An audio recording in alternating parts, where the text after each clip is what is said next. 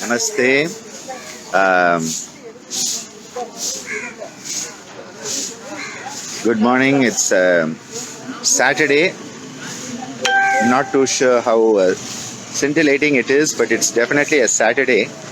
And I'm here at the Pondicherry Institute of Medical Sciences, where I've just been in there and in the intensive care unit, spent a few moments with Ammaji. She is looking much better and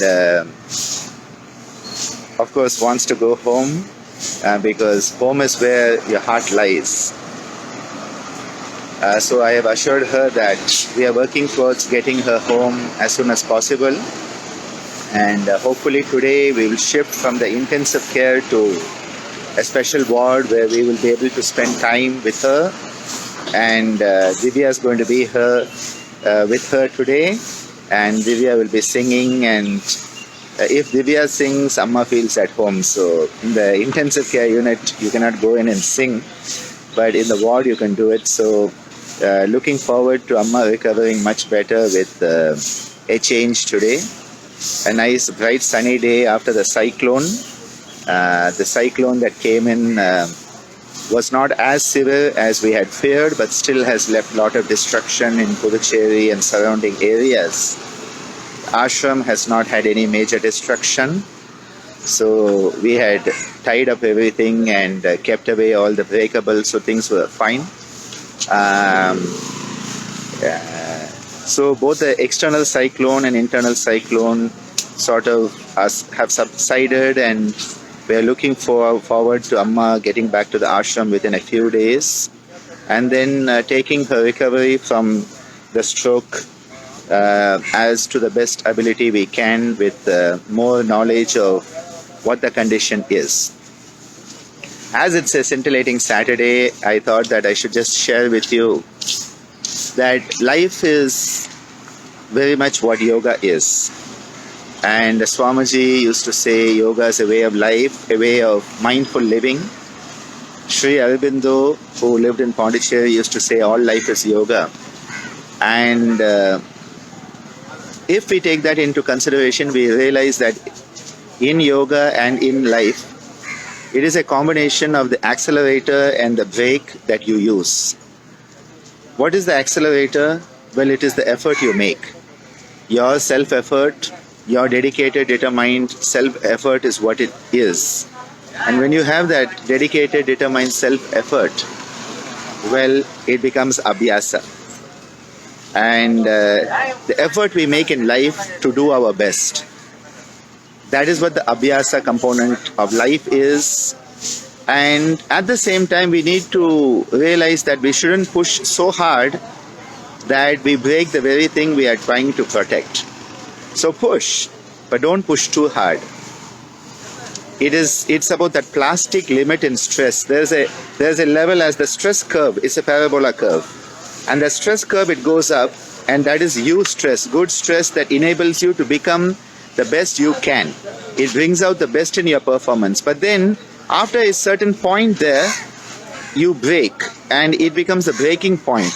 And that is a point where stress, good stress, becomes distress, negative stress. So the good stress is the component of the push, but don't push so much that it goes into distress. And this is why people don't realize you have to push, but you have to know in which direction you are pushing. You have to know when to push, and you need to know when to let go. That is where the Vairagya component comes in. Vairagya is the capacity to stop pushing. But you need to know when to stop pushing. That is where Viveka comes in, the discernment. So discernment is very important for us to know when to push, when not to push. When to apply the accelerator, when to apply the brake. That is so vital. Otherwise, what happens is you go right through the target. Instead of hitting the target, you go right through it. And that's not going to be very productive in the end. So, both Lord Krishna in the Bhagavad Gita and my dear Maharishi Patanjali, Superman Pat, in the Yoga Sutras, have made it very clear that Abhyasa Vairagya are the twin wings on which we can fly forward, we can move forward.